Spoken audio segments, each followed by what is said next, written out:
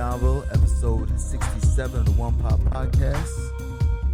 Oh man, Trev, Yo, it's your boy CN. we gotta get this order down. We sure do. I feel like I want to redo that, but we still ride with it. I ain't gonna lie, I kind of do like the random order. You know, it gives feel to it. Yeah, man. You know, that's what it's all about. I guess we can touch on something that we talked about from last week, not to bring it up. Last week we were talking about, I guess everybody was on a speculation of war. Yeah, right? What's gonna happen?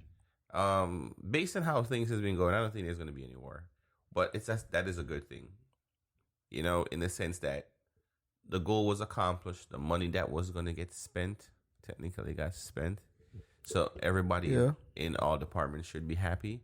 I think even for Iran, they should be happy because I felt that they just wasted a couple missiles that their factories is going to have to rebuild. Yeah. So for the next 10 years, someone funded business funding program just technically went off. So I guess, and that works for America as well. So in the retrospect of just a summary of what happened with Iran and the America war, it looked like, I'm not to prejudge it, like it's not going to go anywhere, and I think that's a good thing because I don't think more innocent lives need to get lost. Exactly. I mean, it was crazy. They talked about the precision of how they assassinated the general. It was pretty crazy. Like, only 2 people died in that thing. And, like, you know, back in the day, I wouldn't say back in the day, probably like 5-6 years ago, that would have been easily, they've been killed everybody at that wedding, you know? Yeah. Oh, yeah, I've seen that movie. Yeah. Where they just blow everything up, you know? And you have just mad casualties. But what movie was, Davio, how you going to do that to me? That was, it was like a shooting on a wedding, like in the beginning. Yeah, it was a bombing of a wedding. It wasn't. wait. Was it Homeland? I Nah. they did that in Homeland too. It was like a wedding or something. I think it was White House Down. It was, and I think it was the other one. You know, it was one of those, and that was what it stemmed from. They basically went to go kill him. They bombed the wedding of his son. I think his son and his son's wife that's going to get married, and he basically escaped because instead of him going into the wedding, and then it came out to this all-out terrorist attack. So, and I'm gonna say this, guys, and I guess it doesn't care what part of the world you're from, what country. People will always feel necessary to retaliate when they feel like they lost something valuable to them. You know, I'm a big believer in one man's treasure is the next man's trash. So just as much as America looked at Salami, well, I guess in the retrospect right now, because we ain't got no use for him as trash, to his country, he was a treasure, right? So, well, to us, he was a threat. I mean, I don't. So it's a two-sided sword. He's a threat now, but when he's helping us fight ISIS, he's an ally. Exactly, and that's how it just it always runs. Is in the Middle East. Unless you're Saudi Arabia, you feel me? Cool. Like Saudi Arabia, they're safe. Like everybody else, you can do whatever you want. You got their little militias and all types of stuff. Because I mean, you're right. We were cool with him until we don't need him. He wanted to, yeah. And I mean, I guess you can talk about. I heard Trump said something that was talking about funding these organizations, and let's hope not he makes the same mistake. But I've realized every president, in retrospect, has funded something. When it comes to war, when it comes to war, if it's not, and I'm not gonna say it, you know, I mean, either from it being Al Qaeda, ISIS, or whatever it's gonna be, it always seems that it's a funding thing. You know, I mean, country being funded of war, and it's like you helping people at one point and them turning around and going back. Because I remember, back in the day, there was a rocket we called a Stinger. I mean, rockets has evolved over this period of time, so is weaponry and technology. And I remember when we first brought that to the Middle East, it was like one of their biggest things to fight against Russia, right?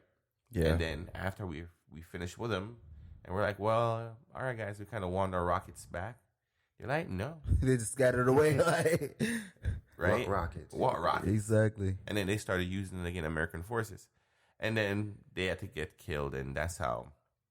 So we realized that in the hopes of giving other people's freedom, sometimes we empower more terrorists. So I think that's something that we all need to learn from going forward, right? Yeah. Let's hope. But I think probably that's what Trump is trying to do with Iran. Now, here's my question. This might be a little too much. We won't keep it PC. Well, I mean, if you want to. Okay. But here's my question. So, you got this thing with Russia, right? Yes. What if Russia came over and said, hey, black people, the Americans treating you wrong. We're going to give you resources. We're going to build you up in America. In America. Yeah. Not outside of America. That's crazy. We're going to build you up in America, give you resources, funding. We got your back. What do you think will happen? You want to hear the sad truth of it is? Yeah. Majority of black people would follow that. I mean, you will have your entrepreneurs who feels like, yo, you don't have to give me anything. I can earn it myself. Yeah. But we live in a culture right now, and probably if that same question would have came about in, I say, mid-70s, it would have been a different conversation, right? Yeah. But I felt like in this generation, we're so easy to take a handout that it would have been like, okay, give that to me quick. Yeah. And switch sides, because for example, when the president was going to get elected, a lot of people was saying they're going to leave the country, right? Yeah, of course. And no one left the country because it's hard to leave the country. Yeah, you know what I'm saying? Yeah. Like if you really got to plan that out fully. It's not like, oh, I could leave it tomorrow. No, but here's the thing, though. That's kind of what's happening in Iran. You know what I'm saying? Like, U.S. is coming from outside. We're supporting the opposing force and saying, hey, if you guys will overthrow your government, we got you. You know what I mean? All right, so I'm gonna say I have tough opinions and things of that on that issue. I do feel like, and not to go against the government or the military, right? And I think you guys have heard me say this in different periods of while we record, especially when I think about the funding that we spend on the war.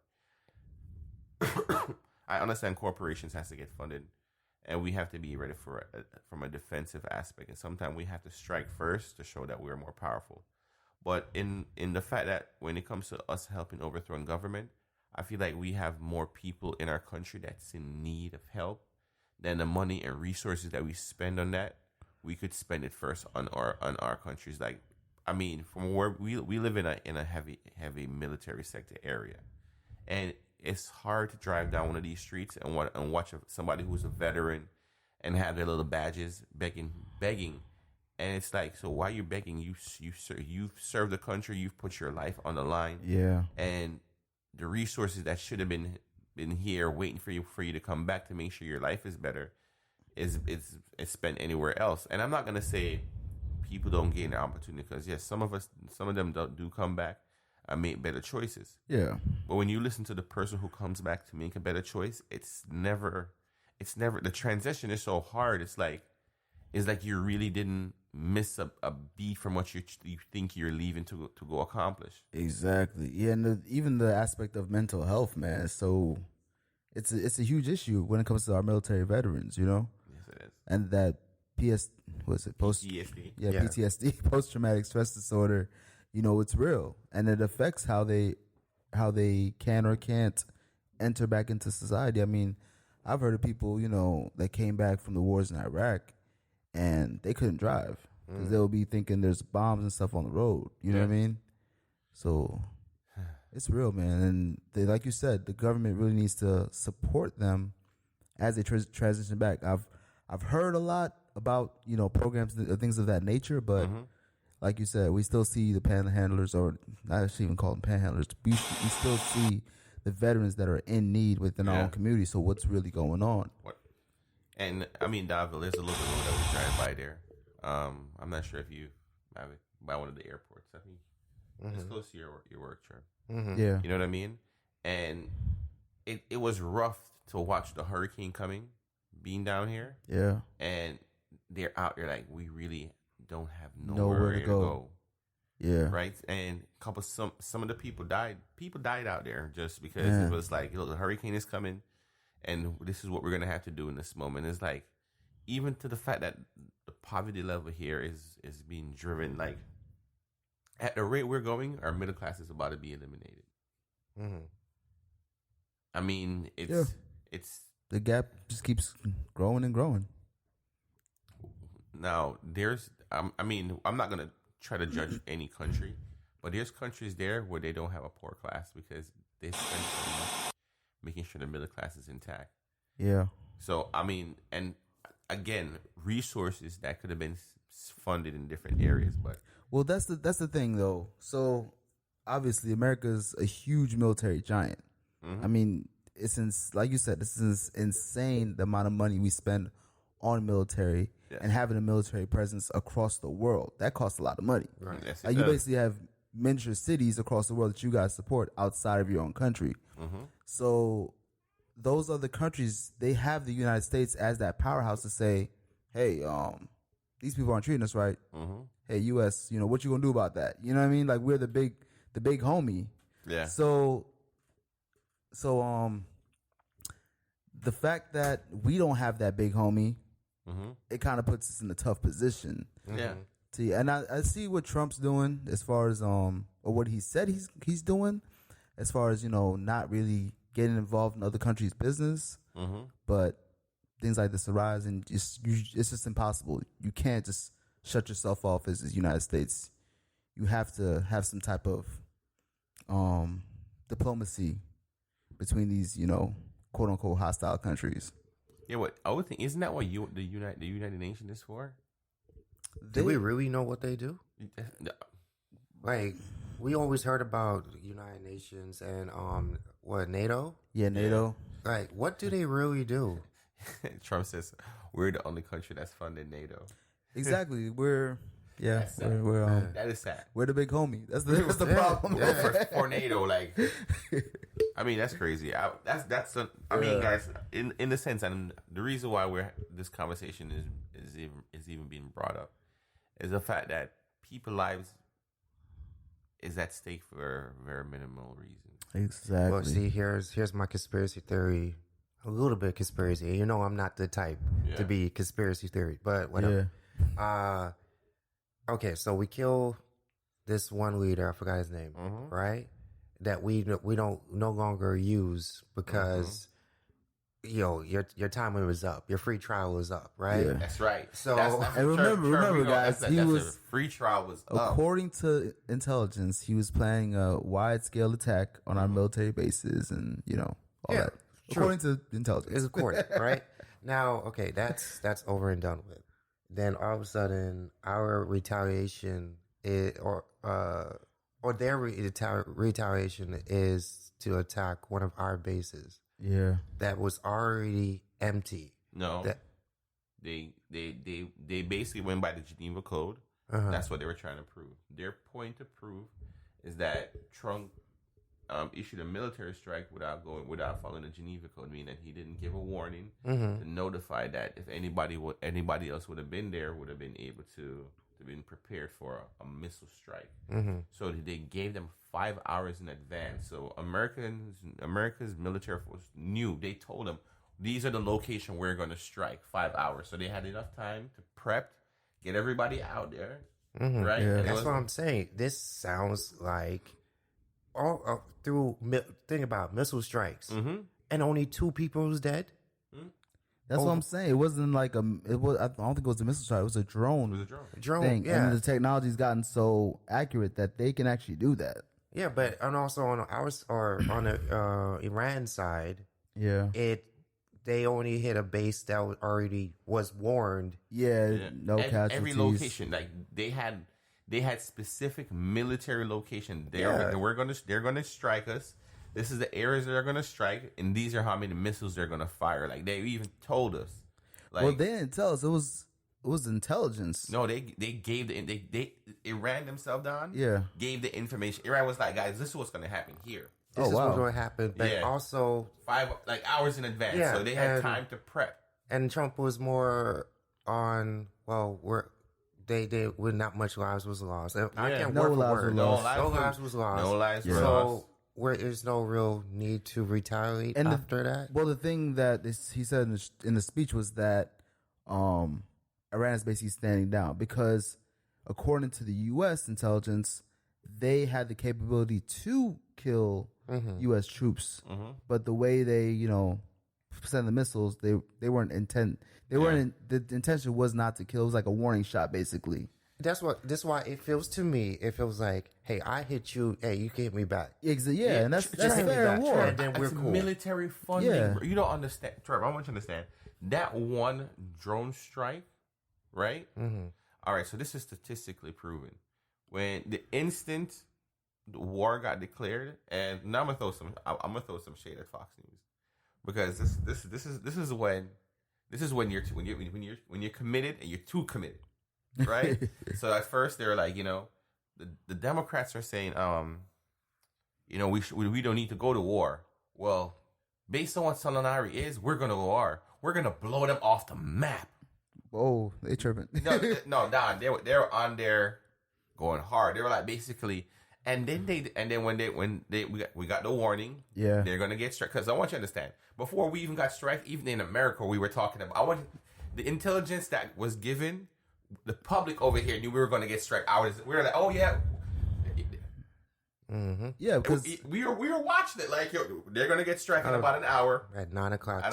The guy that was okay. I know exactly what you're talking about. So that the government official from Iran did an interview with the reporter from the U.S. like saying all this stuff. Yeah. So I know what you're talking about now. Yeah, that was because I was like, why is he? I watched some clips of him, and then I heard about it. I was like, whoa.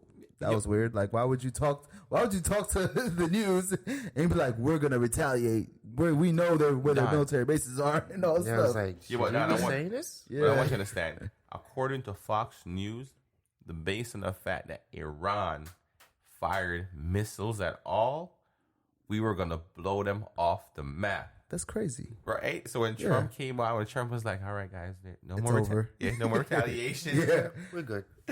Yo, I wish I was at Fox News. Just so I can go like Fox News said, impeachment. And that's the thing.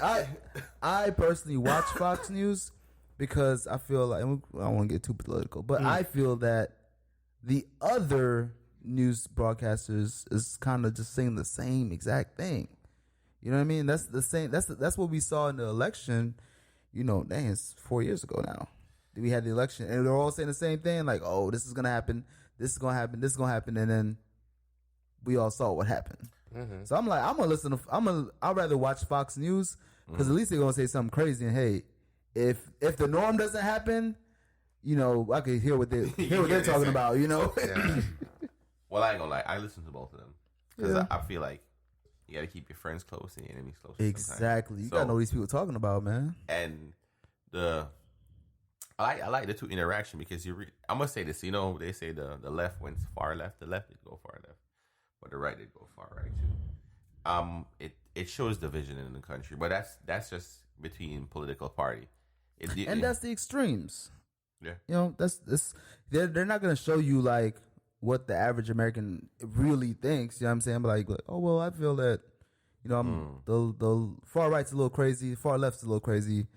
I'm over here in the middle. Like, they're not gonna show you that. They're gonna show you the extreme people that are doing all this craziness. And TV did that because at first, even when people, for example, I'm gonna go all the way back to Reagan.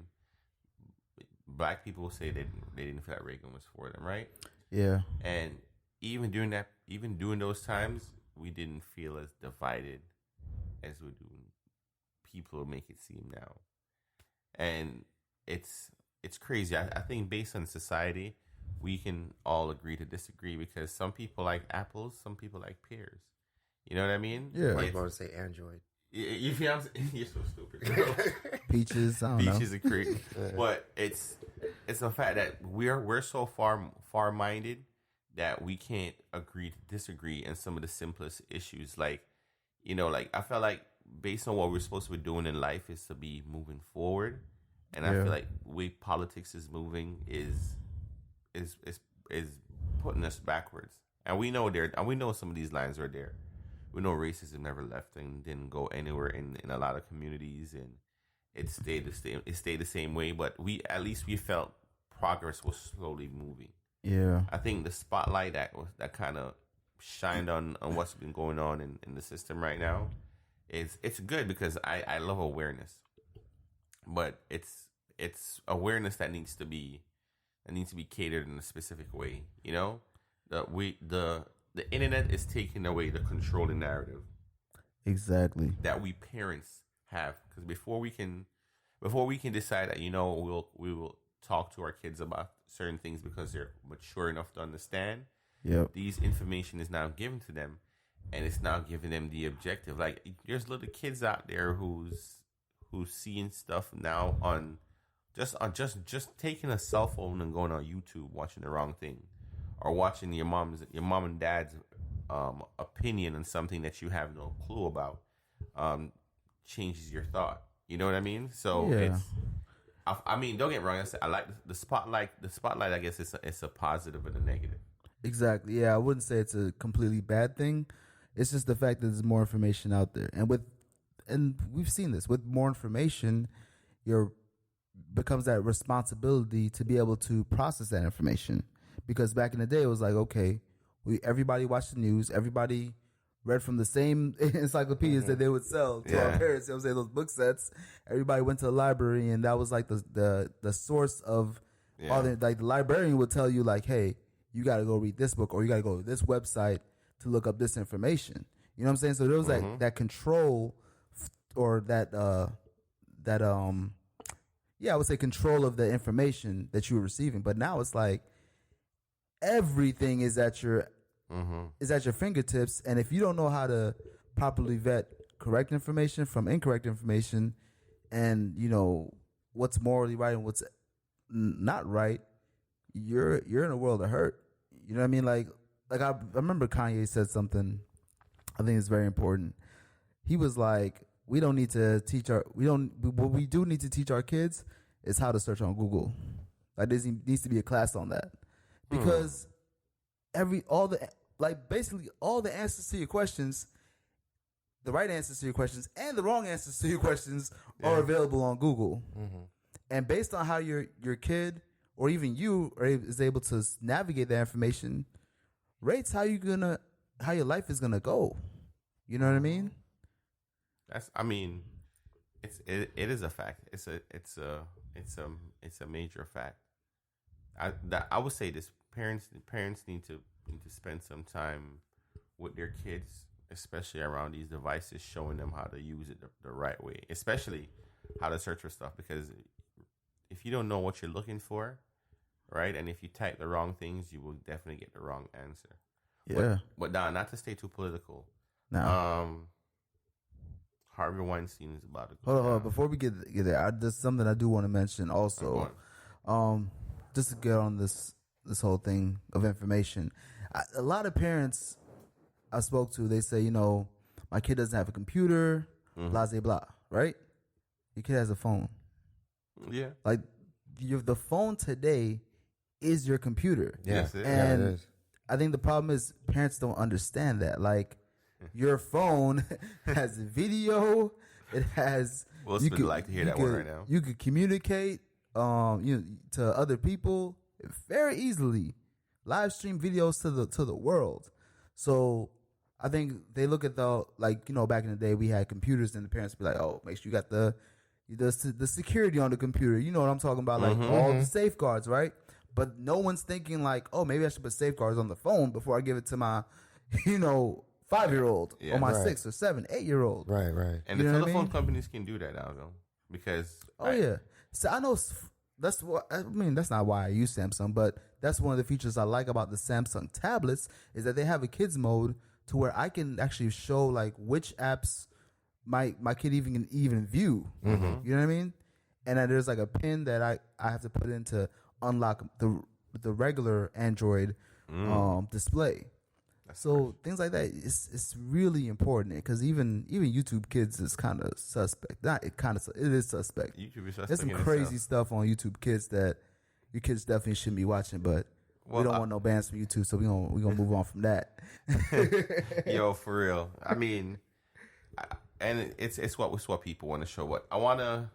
The only reason why I brought up the Harvey Weinstein thing, Don, and I think I mentioned this about Oprah a couple of periods ago, in the sense that she's not highlighting what's going on. People, right? Yes. So she's highlighting R. Kelly. and she highlighted Michael Jackson, but she's not highlighting Harvey Weinstein. There's just more. There's a couple of them she could highlight. Oh yeah, that she's cool with. And it's known. So now the rumor is she wants to step away from being a part of the Me Too generation, the Me Too movement. Meaning that she doesn't want to be like how before she was at the front. Yeah, proponent of the Me Too. Yeah, she doesn't really want to be at the front anymore. And you know what it is though, when they got you in that circle, when you're close to them in that circle, they got dirt on you. Yeah. I mean, like you saw what happened with Oprah back. I think it was back in the 90s where she was tackling the beef companies. She was like, "Hey, everybody!" Like on her show saying, "Oh, we shouldn't be eating beef because this is what they're doing to the cows." Yo, the beef guys came through like, "No, you're not talking about us," and she shut. She went dead silent about that. Yeah, endorsements, especially people who owns these corporate 500 companies who funds these organizations. Yeah. I would say this. That's what the internet technically has changed with a narrative. Is people like that. Don't get me wrong, Harvey Weinstein, people like Oprah will still be powerful, right? Because they control they used to control more what we see on a daily basis. And that power has slowly been taken away from them. For the simple fact that we got stuff like YouTube. Yeah. Before it was like you ain't got nothing else to watch on TV. You're going to be tuning into the Oprah show, or you more believe what you see in any one of these people's movies. Yeah. So it was more like the golden past. Like now, because of where information is, nothing is no longer golden. It's like everything is now debatable. Yeah, you might see someone laugh at that, like, come on now. Yeah, like that doesn't make sense. And you could have that discussion on YouTube or on a podcast or, what I'm saying, wherever. Yeah. You just type that into Google. Exactly. Like Google, do poop stink? And the thing is, back in the day, you used to have like these threads, like, it's basically like message boards where people can talk back and forth about that stuff. But Reddit. It's like. And that stuff's like archaic. Yeah. And now you put that and you magnify that to YouTube to where people are making videos on one single topic. You know what I'm saying? Make a 20-minute video on one single topic and dissect that information. It can be very beneficial. I'm not going to say it's fully correct because a lot of these people run on tangents and don't know what they're talking about, but it's the information's there. Yeah, that is crazy. So, all right, guys, I know football is this weekend. Yeah. Yes. Actually, today and tomorrow, to be exact. Yeah, man. So by the time you hear this, all the games are already done, though. Yep. So, okay, NFL. So there is, I can't remember who's going against who. So it's Vikings. I mean, we can probably Chiefs are in there. Pull it up if you can, just so we can get accurate information. I mean, I already know what teams I'm going for. What, Baltimore? Well, I like Baltimore. Well, I'm going for the Ravens because I don't want to get this out. I like Lamar Jackson's, what do you call it, history. Yes, same here. I'm big on people when it comes to their journey and from what they're coming from. So I'm very much promote Lamar like he's my new favorite football player. Plus, my team is still in it, so probably after this conversation, they may be or not be in it. But my Packers is still there, so that's my team overall, and I'm happy that they're from two different divisions. So if they would actually meet each other, they probably wouldn't see each other until the Super Bowl. Yeah, it'd be a good game for you. Yeah, that would be pretty dope. So here's who we have this weekend. Oh, actually, no. Yeah, so here's who we have. We got the Vikings, the 49ers. They play on Saturday. Well, today. Yeah. I don't want to talk about that. All right. Titans and Ravens. The Texans and the Chiefs. Were the Titans and Ravens today? Yeah. Okay. They play tonight. That's the big game today. Tonight. Okay. So I know what I'm doing that. Tonight. Yeah. Texans and Chiefs and Seahawks and the Packers. All right. So I don't know. Like, yeah, my favorite's definitely the Ravens. And like you said, it's the same thing you said about Lamar Jackson's story. Mm-hmm. But again, I do like his playing style. He's able to adapt. He's very agile. And again, he's a black quarterback. You know what I'm saying? That's very rare in the NFL to see a black quarterback do well. perform at that level. Yeah. Well, I mean, schemes is a big thing enough. Because I'm gonna say this, we're talking about Lamar being a black quarterback. There's been good black quarterbacks in the past. Because Lamar is just another, to me, another version of Michael Vick. Yeah. I mean, I think a more bulkier version. Vick was a more slender, skinnier guy. So you could see where Lamar will pick up in the NFL more from where Michael Vick would leave off. For example, Lamar can actually run someone over. Not saying Michael couldn't. Michael wasn't trying to take a hit. Yeah. He will dive over a hit, trying to slide around, and Lamar will put pads to shoulder. You know what I mean? Yeah, he'll try to get the extra 2 yards and try to get that. So that is one. But the reason why I say his journey is because he's been misunderstood, right? And when the Ravens got him, the Ravens looked at him and was like, you know what? We're gonna build our organization, our offensive organization, around you. We've been watching you in college. We see what you can do. Right? We have a style for you. And it's crazy because when Bill Belichick took Tom Brady and molded him into a quarterback for him, he had a specific style of offense that he was looking for, which I still think the NFL. I understand why teams like Miami just hasn't learned that yet, because the Patriots live in the shotgun, right? That's a whole other conversation. But the difference is, you put Lamar in the shotgun, and he can take the ball and run like a running back instantly. Yeah, it's a conversation. So you basically have somebody who can do not as good as what Brady can do in the open backfield, but do as good as he can do in the midfield. Like Brady to me is the best 10-yard thrower. Like, he doesn't throw the best 20 yards. Yeah. But he'll find you 10 yards and murder you the whole game. Mm-hmm. You feel me? Like, and to me, then it's like nobody caught up. Like, he'll throw like Edelman, and he'll catch it for like 10 and run for like another 5 yards or something, and keep pushing the narrative. Yeah, that's the danger, that consistency that he has. Yeah. But wait, I'm gonna leave the Patriots alone. Y'all already got y'all own. Let's see if you can keep Tom Brady for next year, guys. Let's see if that can happen. You think he'll leave? You don't think so? No, I mean, maybe one more year, but that's about it. Well, Trevor, that's not what's really going on with Tom, though. What's wrong? Okay, so this is what's going on with Tom Brady up in the Patriots. Tom been taking the family discount. I'm gonna use the word a family discount. Yeah. For the last couple of years, meaning that he's worth a good $15-20 million more than what the Patriots been paying him. So he's been taking the cuts. Yeah. So Tom Brady now is up for contract, and he's up for retirement.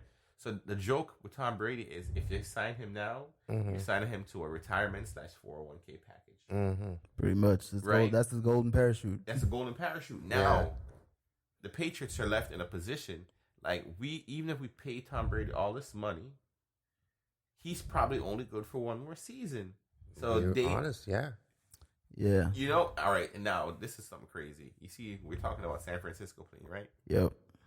Jimmy Garoppolo, Bill Belichick tried to grab him. He was supposed to be Tom Brady's replacement. Yeah. Yeah. And San Fran was like, Thank you.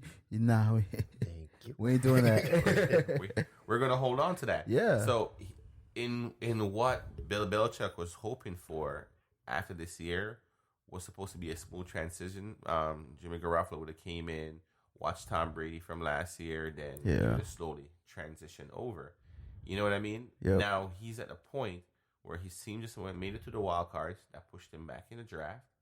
So there's a high possibility he may not get another good quarterback. If Tom Brady doesn't re-sign with them next year, because the Patriots can't afford to keep Tom Brady. If they keep Tom Brady, their salary cap is maxed. They're gonna suffer. They're gonna suffer. They can't go get no receivers. They can't go get nobody. It's like, Tom, look, we're giving you. But to me, this is my personal opinion with this. They should give it to Tom. I've taken you to multiple Super Bowls. Like, we've been in a division where, like, the Dolphins, who hasn't been on the run for like a good 10 years, you can take a hit for 10 years. We've had enough Super Bowl to let other teams do the thing. Yeah, do the thing. It's glory. It's true. I agree with you. They should just let him retire in, New England. Would you pay him? Would you cut him the check? I can't say what I would do personally, but I know that the Patriots won't. they're cutthroat, man. They when it comes to football and business, they're kind of just like it is what it is. I don't see them doing it out of good faith. Say that. I feel like Tom Brady's going to end up probably, if he stays, he's going to end up taking another discount. Yeah. And so they can open up a salary cap for somebody else. Because he's going to have to take, I'm talking about a 40% loss off of what he's worth. Dang. And so that's a lot. That's gonna be 8 digits, man. That's a lot of money. Yeah. It is. That's he's been doing that. 8 figures. That's a lot of money. I mean, he's got the money, but you still leaving a lot of money on the table. That's the thing. And I think that's what he's looking at. Like, I'm leaving so much millions on the table. Yeah. Like, I want to use the word help a small organization. Fund a small country with one of those millions. He's probably thinking about his great grandkids at this point. Yeah. Like, I know my grandkids are gonna be set, but what about my great grandkids? You know. But can you imagine him on a different team? Yeah. Like, what team could fit Brady's right now playing? Because he's older, and his style of playing is the Chargers. So replace Rivers. Mm-hmm. Yeah, Rivers. This is Rivers for last year. Oh, I didn't know Rivers was out, but I didn't know. Technically, I didn't know he was still in. To be real, yeah, he's been playing for a while. But that's the same thing. Tom and Rivers is in the same position. Yeah, it's that Rivers need to go.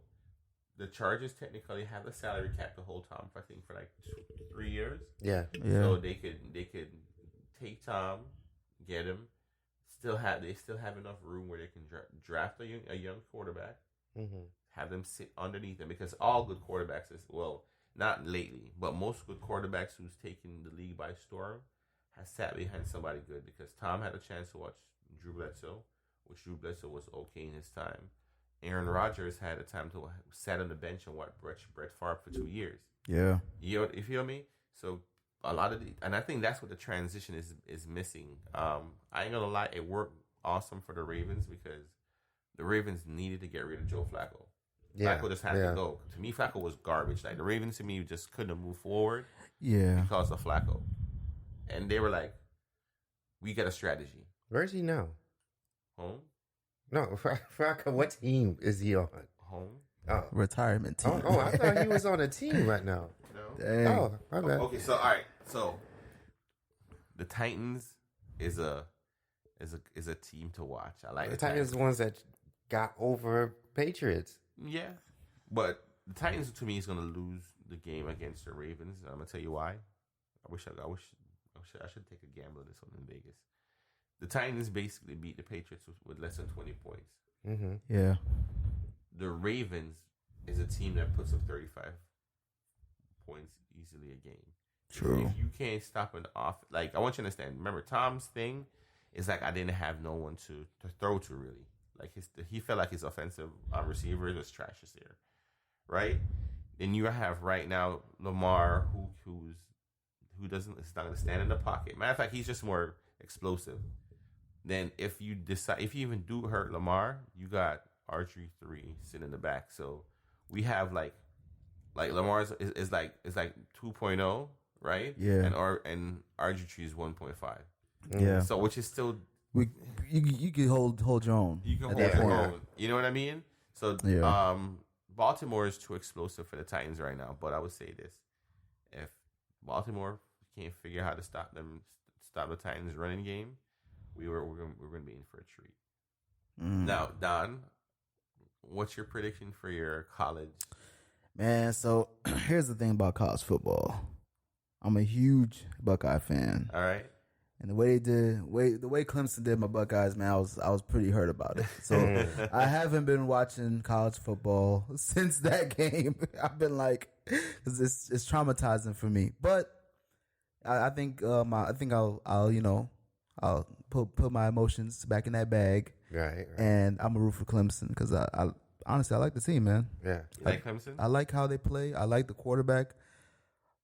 It's a solid team. LSU, I've never really been a fan of watching LSU games because they're really about the run game, mm-hmm. you know. And for me, it's not exciting.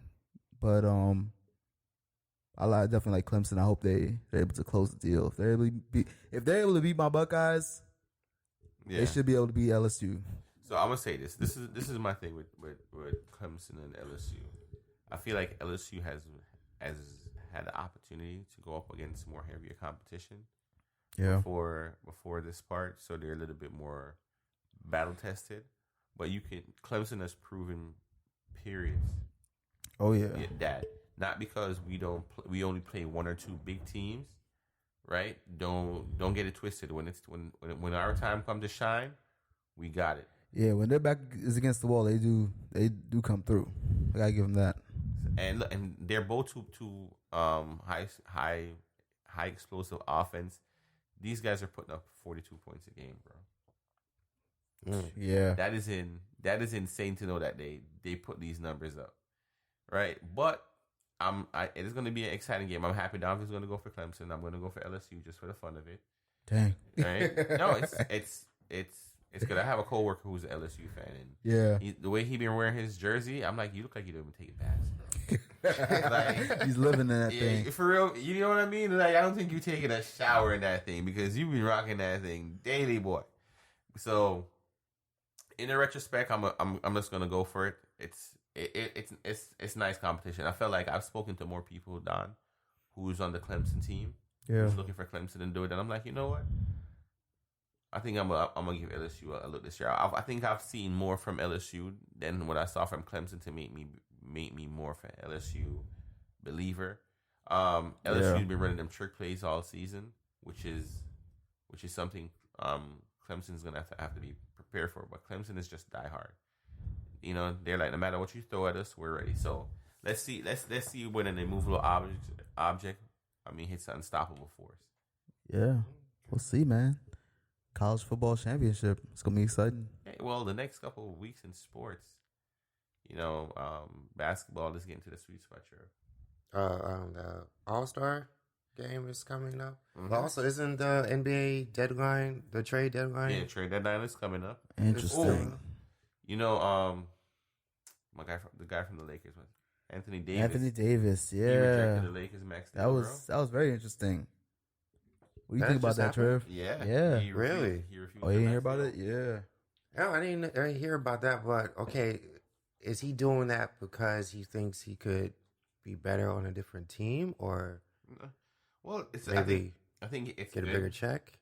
And Trev, that's a good thing because now the deal that they're offering you is good. What happens if you win an NBA championship this year? Oh, your stock goes up. Up. You're now an NBA champion. Yeah. Possibly to be an MVP, finals MVP. Yeah, and the thing is, without the championship, Davis was able to demand a high price. So, shoot. They pay for me at this price. Yeah. And another team will look at the same value that I had before I got here and probably pay the same thing. True. Yeah. But his stock kind of went a little bit down when he made that recent fall. Mm-hmm. Even though the test came back negative, but still, people that making investments on players, they watch every injury. Every time you miss a shot, you're like, should we still pay the same price as you were before this game? Like, that's true. It's the kind of what have you done for me lately type of, Yeah. Well, I can't say this. I think Anthony Davis has been on that retrospect because the Lakers have the best record in the league right now. Yeah. I mean, the only team the Lakers still can't seem to figure how to get over is the Clippers, which is funny. And so it's like they're fighting for that small period. But my thing with Anthony Davis is, I'm not saying he shouldn't have taken the deal. So he has to be very careful. To me, he's very injury prone, in the sense that he plays hard, and there's nothing wrong with playing hard and going hard. But you watch it deteriorate his body. I feel like I'm happy people like Dwight Howard is back in the spotlight. I think that the most underrated player right now on the Lakers is Dwight Howard. If Dwight Howard goes to the playoffs and decides to go off with LeBron standing next to him, Anthony Davis, just the fact that if Dwight Howard decided to have an excellent defensive game, Trev, with Davis and LeBron on the field together, is championship worthy. Because I want you to remember, at one point we were looking at Dwight Howard like he was the individual all-star off a team. Oh yeah. Until he had his personal endeavors. Like right now he's up for $6 million a year, bro. Yeah, surprising. Nice. Because if you're a Magic fan, oh yeah, you gave up hope on Howard a long time ago. Yeah, we thought he just fell off completely. Lakers gave up hope. They gave up hope. Houston gave up hope. But he came back, man. Even the crappiest team gave up hope on him. Then somehow he ended up back in LA. You know the only reason why he got to LA is because Cousins got injured. Hey, yeah, that's the thing too. Is Cousins still on Lakers? Yeah, he was here for 1 season. So he's, he has a 1-year contract. Oh. So he might be coming back before the finals. Yeah, right before the finals, maybe. Yeah, I don't remember what his injury is. But. Boogie's injury is that Boogie's retiring, bro. That's what Boogie's injury. Like, I want you to. I'm gonna sit on this bench and get this check. Yeah, I'm gonna get this ring too. Yeah, because I'm gonna say this. If you watch what happened to him in Golden State, yeah. It's like, and that's the reason why Golden State got rid of him so quickly. It's because the other major role players went down, and you were supposed to come in, and you look like you. It was like you were a rock instead of a float. You know what I mean? Like when everybody was trying to float us up, you're like just sinking. Like I was looking at Cousins like, Cousins, you take him out the game, yo. Yeah, bro. He's like you don't even look like an all-star. You look like you're the only you come in for the 5-10 minutes when the all-stars getting this rest. That's what he kind of look like. So it kind of, and then when he went to the Lakers and got injured, I was like, you smart. You smart. That's what he did. The same thing. He started in the beginning, got injured, out for the whole season, show up for the playoffs, and then it's like, I see you. Yeah. You know, got a doctor friend. Like, Doc, I'm gonna get you this $1 million check. Just make sure you sign that paper. Yeah. And you can't miss it. But I now my thing is, I'm a still big fan of the Milwaukee Bucks. I feel like the Bucks has a major role to play coming out of the East. We know everybody's eyes on the West right now. West is the prize. Yeah. The fact that people are not talking about Russell Westbrook and James Harden right now is crazy, because the fact that I feel like when they get going in the playoffs, they're gonna be a force. They just need a good center. Yeah, I agree. I'm happy with Heat right now. They're number 2 in the East. Yes. Butler's playing his behind off, and the whole team it just synced. Ever since Waiters got suspended for what did he get suspended for? Under the influence or something like that? I think so. I think they drug tested him, and he was still not passing. Still not passing. So you failed. Like he's failed twice this season. So you just don't care. It must be. Sure, I'm gonna say you got not to care, bro. But it's also the same dilemma we deal with nowadays outside with mental illness, probably dealing with using weed as a vice, trying to get over it. That could be it. Yeah. Even though knowing the rules of NBA. You know what? And a lot of them people are millionaires, so they just, it's a tough decision to make in a different retrospect, because with the type of finance that people like that have in their career, they have ways they can help get around stuff like that. Not saying I'm trying to tell people to find ways how to be tested, but he could have made a better attempt, Trev. Well, I think he was, but that seizure panic attack he had on the plane kind of set off the questions. Like, what are you on? Let me test you right now. Yeah. Trevor, he could be more on something more than what is being talked about. Definitely. It's something else that he's using. True. But since we get off sports, just a quick thing. Did y'all hear about the whole Prince Harry and Meghan Markle moving to Canada, right? Yeah. And they want to get out of the whole royal limelight. Yeah. It's interesting. I think it's bound to happen, because who really cares about the royal family? Except the royal family. Except old people in Britain. Well, sure, the British still care. I mean, the world don't care like they used to. Yeah. And I'm gonna say this: in Canada, you can hide away out there. Yes, lots of space. So lots of space. Yeah, yeah. And with the finance they're coming with, because when they say they're getting out the royal, like, guys, you know what? I'm leaving the royal family. I'm gonna take a couple $1 trillion, and I'm just gonna go over here and start a new life. Shoot, they don't have that no more. Their name gets them into places, but they're not like, oh, we are the billionaire. I mean, they might be still billionaires, but the highest, nah. No, I'm not. They're not the highest, but they're still being funded. It's a monarchy that the government pays every year, Trev. Yeah, and for what reason? Like they paying them just for the show of, look, we still have kings and queens. You want to know the sad thing about it? They're not British. No, they're not. They're not. Oh dang, they're not very wealthy according to Business Insider. That's what I'm saying. Yeah, they only worth like $30 million. The Meghan Markle and both together. Okay. I remember majority, like half that is her coming from being an actress. Jay-Z's a billionaire. Yeah. When you're in those circles, you're poor. Yeah. That's like they're just trying to keep it together, guys. Well, so. I mean, they're gonna have consistent wealth. That's the thing. I mean, it's not like you got to work a job. But supposedly Prince Charles is threatening to cut them off. Really? If they move and have their own life. But also, we gotta also talk about how Meghan is being attacked on a daily. Yeah, she's being treated just because she's black. Hey, we knew. But we knew it was going to happen. Just a royal family, man. Yeah, it's a royal family. The tabloids don't care. The tabloids don't care about your mother-in-law. Why do you think they're going to care about you? You know, exactly. And the tabloids in the UK are crazy. Yeah. Mm-hmm. She need to talk to Kris Jenner. Yes, get a reality show, you know what I'm saying? Pop off, yo. Yeah, but that's in order for her to move to North America. No, it's not even that. You see, if you look at the Kardashian family, they've learned how to take all the negativity that the media has to throw and prosper off of it.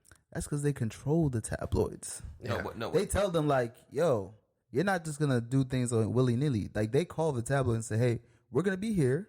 Yeah. Have your cameras here at this time, and take these shots. Yeah, what I'm saying is, Dom, is that so they control that narrative. Even the questions. They do control what they want people to see. But even in the areas and their scandals that they technically don't want to come out, they've learned to use the.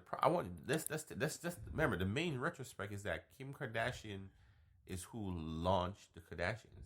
Oh yeah, definitely. You know, like everybody tuned in because this is the girl who just had a sex tape with Ray J. Yeah. Now, don't get me wrong. They're standing on the Kardashian name because Kim is like so far gone in the sense that her Kim is like she's in the background now. Really, she's like chill mode. It's really about Kris.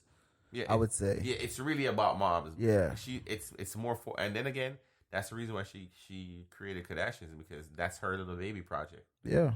And then Kylie's now a billionaire, so it's crazy what she's doing. And the other sister is a model, and all this came for the fact that people looking at them so much is that they just want to see them outside of what they were doing. It came from they're like America's family, you know. Yeah, it came from us not keeping their name out their mouth, and they learned to make a profit off of it. Yeah, which is so smart.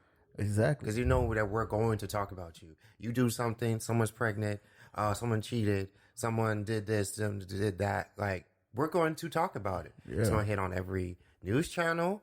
It's going to hit on, and it's not even dealing with politics. This is higher than politics. Oh, because there's no news siding against them. Yeah, it's really everything on one. Yeah, this is what they're doing. It's coming out. This is who their exes are. This is like they're going to always talk to them. They're technically our royal family.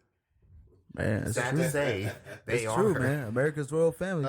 And Trev, it's not even that. It's the fact that we get to follow them to their ups and downs. Yeah. And for some insane reason, they've always found ways to introduce new people with new drama.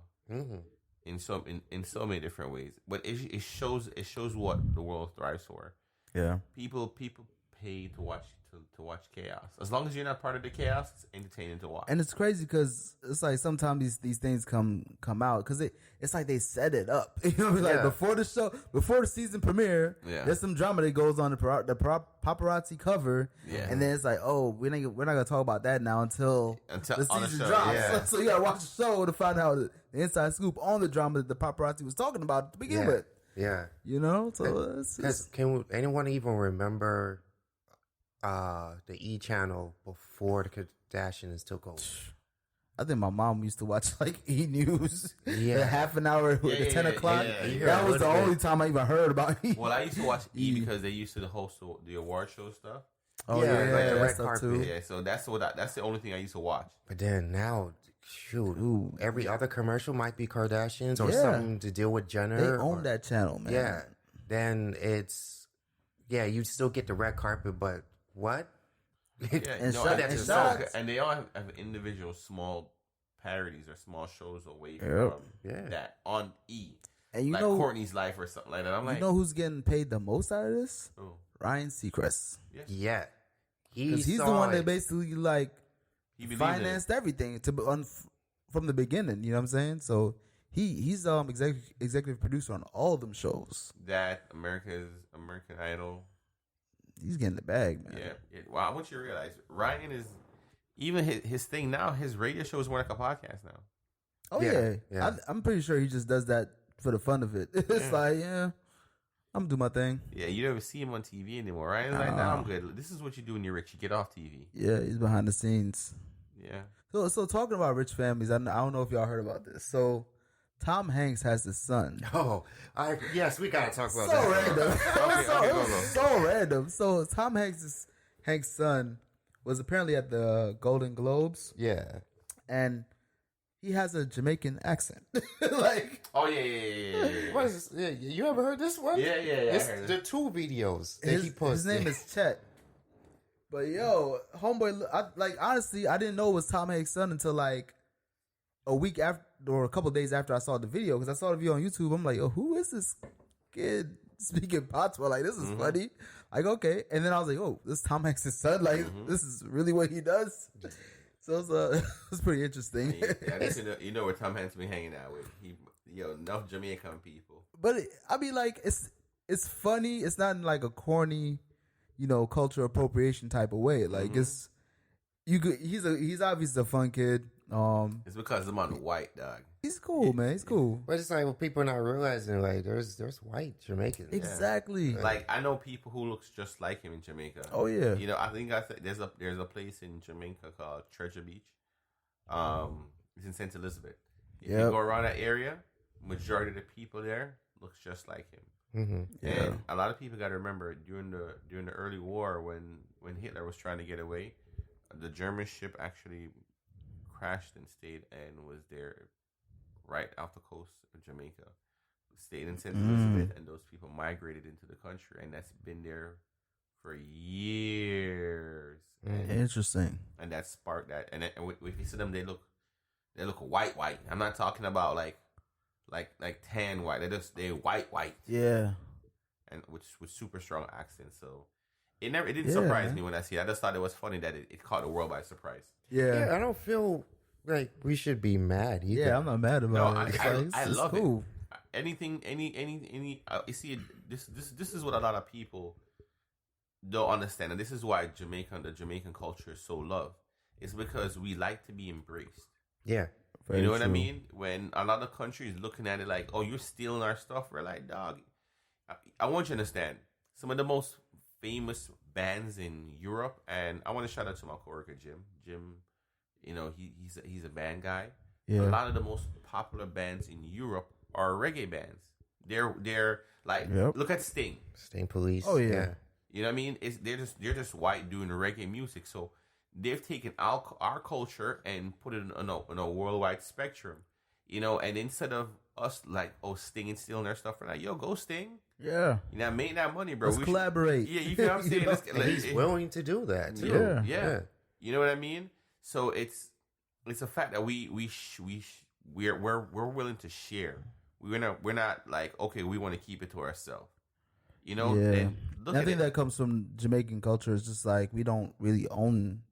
Like it's not like when we look at things, it's not like, oh, this is mine. It's always a community sense. Like, yo, Yeah. if I got it, I'm gonna share with my neighbor. I'm gonna share right. like it's not about holding things onto yourself. You know, this is how we operate. Right. You know, it's funny how you said that, Bill, because when I live in a neighborhood, I know a couple of my neighbors. Yeah. It's always been that way. You know what I mean? Yeah. And it's never been like, oh, we're best of friends. But I know you to the fact that, hey, I say hi to you. We will have small conversations. And I've met people who live in a neighborhood who's some. I live here for 20 years, and I've never talked to not one person around this area. Yeah, that's weird. Like, you're like, what? You don't talk to your neighbors? Like, So if somebody's robbing your house, how are you going to know? Exactly. You know, it's just small things. You know what I mean? If you need assistance over there, how are you going to get help? Yeah. You know what I mean? I like to do things by myself because I feel like, you know what I mean, I'm a strong-minded individual. But there's something that I've learned early, that no man's an island. You know what I mean? Mm-hmm. And exactly. even an island doesn't stand by itself. It stands on minerals. So it takes more than one person sometimes to get things done. Yep. Yeah. But speaking of neighbors, I got to bring up my neighborhood right quick. Shout out. So, yo, down the street is a house. I think it's a bunch of young black people, right? Yeah. Because there is either the way everything is left outside. It's one of those, right? It's just call spade a spade. Yeah. It's one of those kind of ratchet looking from afar. And before I was like, oh, it's just maybe just had a lot of kids and all the kids just staying together. And maybe like the older people are just sickly. They might not be outside as much. Yeah. Nah.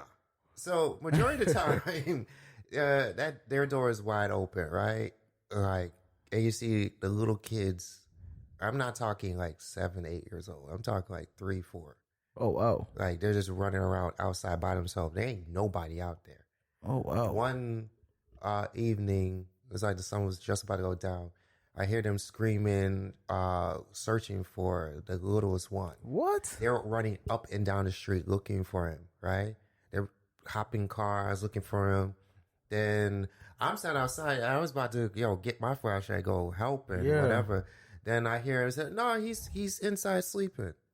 Oh my gosh! You did all that ruckus. That's crazy. And the man was inside sleeping. How you not know where he was? Yeah, like how did you not? But then another day, probably like a couple weeks ago, not a week ago, the kid, one of those kids, was over at the empty house.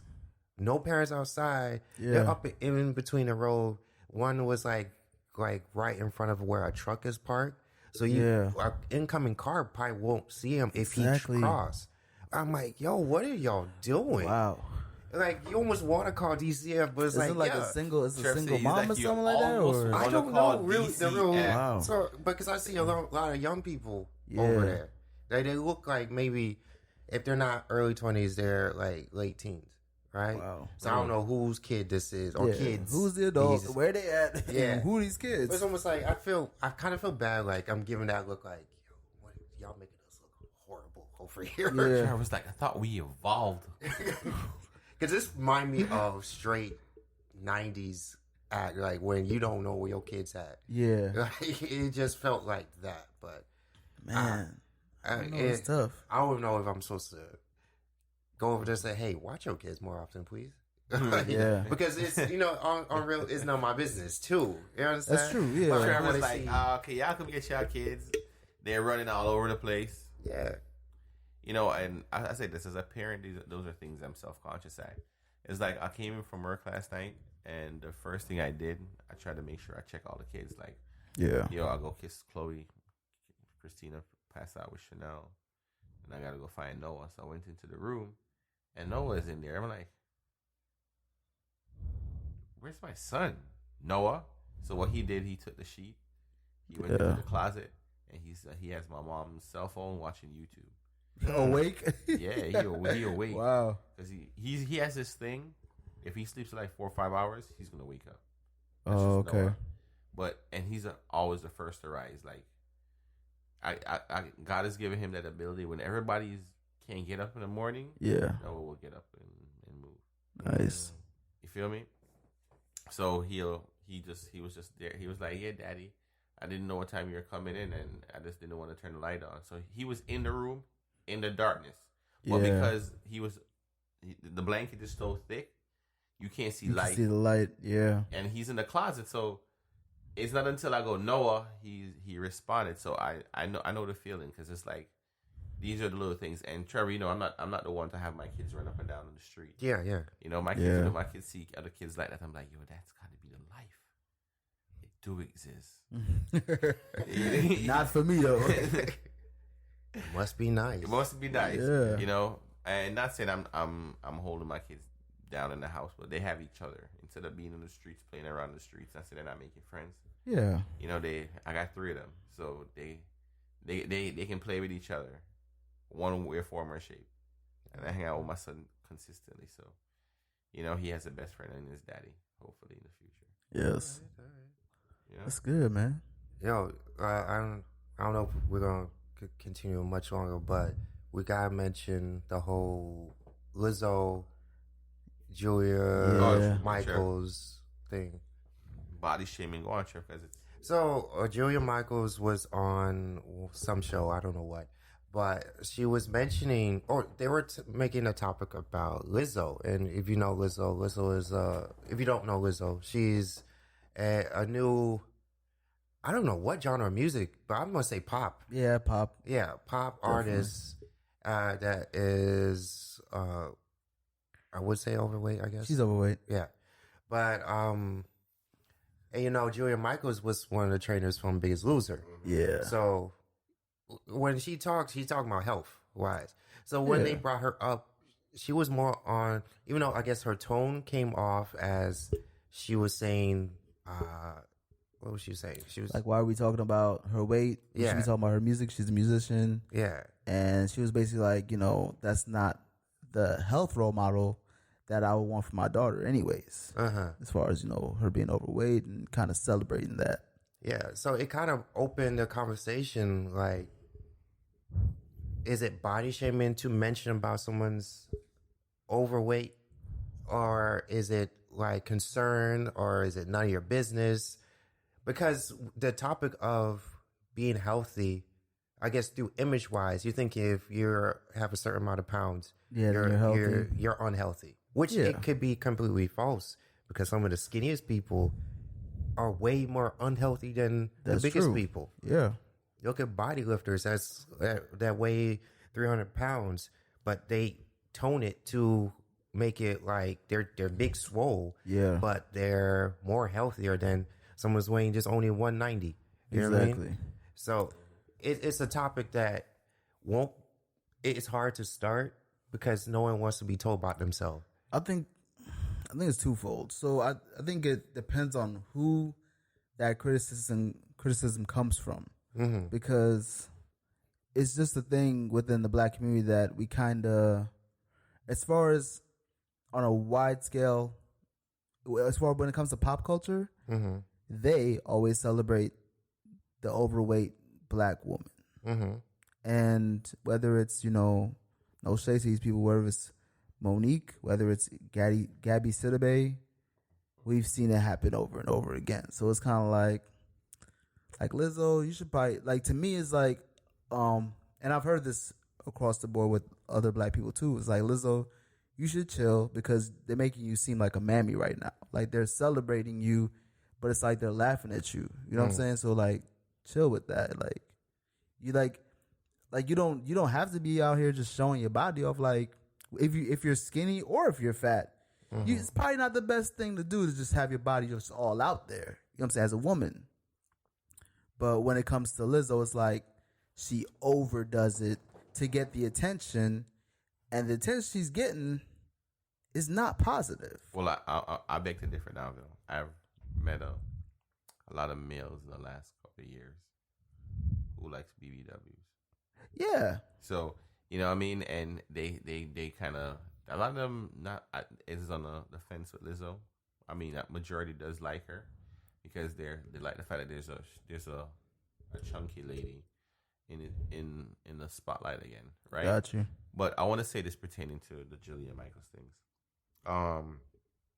it's a rough conversation to ask someone like Julia Michaels to comment on someone on Lizzo, and I'm gonna say why. Because Julian Michaels is in a business of fitness, right? Her eyes, her mind would not see Lizzo the same way somebody who is intrigued into BBW seeing her.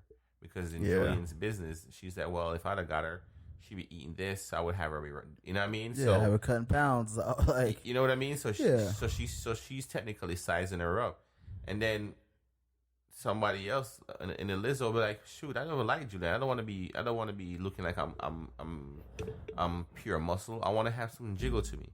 Yeah, you know what I mean? So it's a hard conversation to judge. And I'm gonna say this: this is something that all celebrities should take heed of. I feel like that's what's been going on in the last like 3 years. Is celebrities and people in spotlightical situations is gonna have to learn how to handle themselves. Yeah. You know, for the sense that Jillian Michaels should understand that that's the conversation she should have stayed away from, right? Because she can't help being honest, you know, because that was her honest opinion. Yeah. And we're in a system right now where people doesn't want to hear honesty. If she would have lied and be like, oh my God, I love Lizzo and Lizzo is perfect, and be like, yes. And then you'd have somebody else was like, oh, she's just riding Lizzo's pause. Yeah. Right? You know what I mean? But it goes to two different perspectives. On my thing with Lizzo, and Lizzo's success on her body is what we as an individual is asking for. We've been on social media watching girls in thongs and in mini bathing suits shaking around the little fit ones, right? And we've gotten to the point where we've made video girls seem comfortable. We've watched Cardi B, Nicki Minaj, City Girls, twerk and shake their body in every sense possible. And we're saying, okay, because based on some of our eyes, those are the type of body we would like to see. Now, on the other side of it, the guys who like BBW is looking for that Lizzo's video. You know, and I blame Drake too, because Drake be telling girls that he likes BBW. So, well, I can't blame because that's what he likes. I mean, I just want to mess with it, sure. But in the retrospect, for somebody who's into that, it's giving them something what they want. Now, I'm gonna say this: it's apples. As a matter of fact, it's apples and lime. You know what I mean? Some people want lime to make lemonade. Some people want apples to make apple juice. It's whatever your taste requires at the moment. Now, the thing is, if you don't want to see it, just don't look. It's true. It's true. Right. You know what I mean? I think what the underline is, there's a lot of people out here that's unhealthy. And I wouldn't say oversized is what's making it unhealthy. It's what are we doing to stay active? Mm-hmm. Yeah, that should be what the real topic is. Like, we shouldn't always look at, oh man, that person looks like he weigh like 250. Yo, you ain't healthy. Yeah, but I mean, at the same time, obesity is a precursor to heart disease, to diabetes, and being overweight is obesity. Yeah. So, I mean, it is something you can see, especially if someone's very large. You can easily assess, like, okay, they're that tall, they shouldn't be that big. Mm-hmm. You know what I mean? Mm-hmm, mm-hmm. So, like, as much as we might want to say, oh, well, there might not be health issues, the possibility of there being health issues is highly likely with Lizzo. Yeah. Yeah. You know what I mean? It just is. Yeah. But it's also... Through the image of her, yes, we could believe that she might have health issues, right? But it's also, we don't know what her diet is. We don't know if she's actually might be vegan. She might be this, that, and the third. Because vegan doesn't mean you skinny. You know, Lizzo's going to lose weight within the next 2 years. Of course. You want to know why? You want to know why? She's not. Because, Sian, like I said earlier, she sees that pop culture is... They love her. Yeah. And they love her for the wrong reasons, Sian. No, I understand that. Just like Gabby Sidibe. Yeah. Gabby's losing weight too. Who is Gabby Sidibe?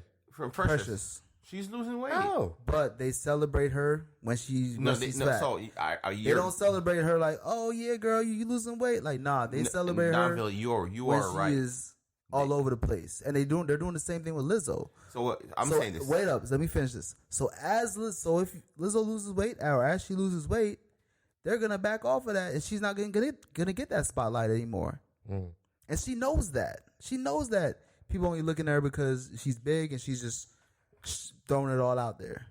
And so Danville, you are right. It is a wave, but you know what I've learned, and you realize that with every one of these people who gain very financially endeavors, even though they're big, yeah, you get certain things called a team, and somebody called a personal chef, because you don't have time to cook, right? Yeah, and that's when a lot of them. I'm not saying Lizzo's gonna drop like 100 pounds, but you're gonna see Lizzo in the next year in about another 40, 50 pounds lighter. Just on that retrospect. They're not doing that anymore, Cian. They're going to Dominican Republic. Cardi B said herself. They're going to get that surgery in the most unhealthiest ways. And that's how they're coming out looking thinner. In this age. They're doing that. But what I'm saying is that when you don't have a personal chef, right now, when you can afford a personal chef and you're technically cooking for yourself, it's different. When you have somebody who caters towards your food in a different manner, it changes. It's consistent. Like if you when you watch most entertainers who start out big, right? They started big. So yes, the first 2 years when the money's being made, not until the money hits the bank account and it's like, okay, we're settled. They will stay in that phase. But you watch them right after that phase, they slowly start moving away. And you're right. The ones who don't lose weight is the ones who technically don't get a personal chef, which is even doing that now. Because I was going to use Killer Mike, but Killer Mike just basically was like, yeah, I'm getting a personal chef. So now everything that I technically eat, I'm gonna get taste, because that's what kills people. People want flavor, and we feel like we have to put stuff in heavy grease to get flavors when we cook. But when you have somebody who is catering toward it, they're going to give you everything you need in the right portions and peel. That's going to change that. Okay, in the ideal situation, that is true, Cian. But it's at the end of the day, it's the person that's eating the food. It's their choice to be like, hey, I want this or I don't. Like, you might have the budget to go to Nature's Market and eat something healthy. Yeah. At the same time, go to Burger King. It's your choice. It's not. At some point, it's not even about the money. It's about what you're craving. And if you're craving Taco Bell, you're craving Burger King, whatever, you're going to make that decision, regardless if you have money or not. Yeah. True. And, this might lead to such a great business deal coming up, if it's not already out there, about being a nutritionist, right? Yeah. Because that's a big thing now. Yeah. The nutritionist, in the last 10 years, nutritionist has taken off. Yeah. It is so far gone into passion, and Danville, you're right. This is where you see how you say social media is promoting Lizzo on healthiness, because it is at this moment, it is, because that's what there's always a road to success, right? Yeah. And it may not be a nice path, but it's a path. We may not agree with it, because I guess we agree to disagree, right? Mm-hmm. But at the rate of what nutritionists has grown in the last couple of years, now, I would say this: 20 years ago, rich people, not most very substantially wealthy people, wasn't thinking of personal chefs. Now, it's being promoted. Yeah, it's because of what? For example, follow DJ Khaled on Instagram, right? Yeah. DJ Khaled's personal chef is cooking him full courses meal, and every part of it is healthy. Yeah. You feel me? Now, I'm going to tell you this. If you'd have left it up to DJ Khaled will tell you he's going to stop at Wingstop. Exactly. You feel what I'm saying? That's because the narrative of where he controls is one thing. Now, when you take the narrative away from him, when you can come home and get a filled meal, change things. Danville, you're married, right? Yeah. It's like before you married, Burger King, McDonald's would have been, not saying, because I know you love to cook, so it's hard to really put you in this. Yeah. It would have been an easier choice. It would have been an easier choice. Right before you get home, you could just pick that up and then... You feel me? Eat the fries in the car, then eat the burger when you finally park. Drink. Yeah. And for me now, I come home to cook meals. Like, I remember I used to look at the person in the lunchroom eating like rice and chicken and stuff like that. Yeah. Now I'm that person. Yeah, you know what I mean. So it's how we, and I think that, you know what, I think this will be a great conversation for the future. This is something that we need to be looking more. Yeah, especially we definitely nutrition. Dissect the health and nutrition topic for sure. So guys, we'll go ahead and wrap it up for today. Trev, I want to start with a ratchet thought. Well, mine's not really ratchet. It's just, people, please look out for D-Smoke new music. Did y'all listen to Little Red? Yes. No. And listen to Little Red was good. Yes, it was. If you really look for his music, it's hard to find because it's not available to as broad as everyone other artists. Yeah. But I like Little Red. And he had a new track too. Wasn't too much of a fan, but still, big him up. Yeah, check it out. Creative, yeah. I'm happy you brought up D-Smoke, Trev. Mm-hmm. London Beast has a new music. I'm a big Troy Man fan. Mm-hmm. I felt like I fell in love with Troy Man's music more after the show. Yeah, pertain to what he is now. Like I see more creativity. I like his style in different ways. So guys, look out for Troy Man as well. I want to give you a nice little positive thought, guys, based on the fact that we've been talking about nutrition. I want you to understand, controlling what we eat is like try to control what we put into our soul.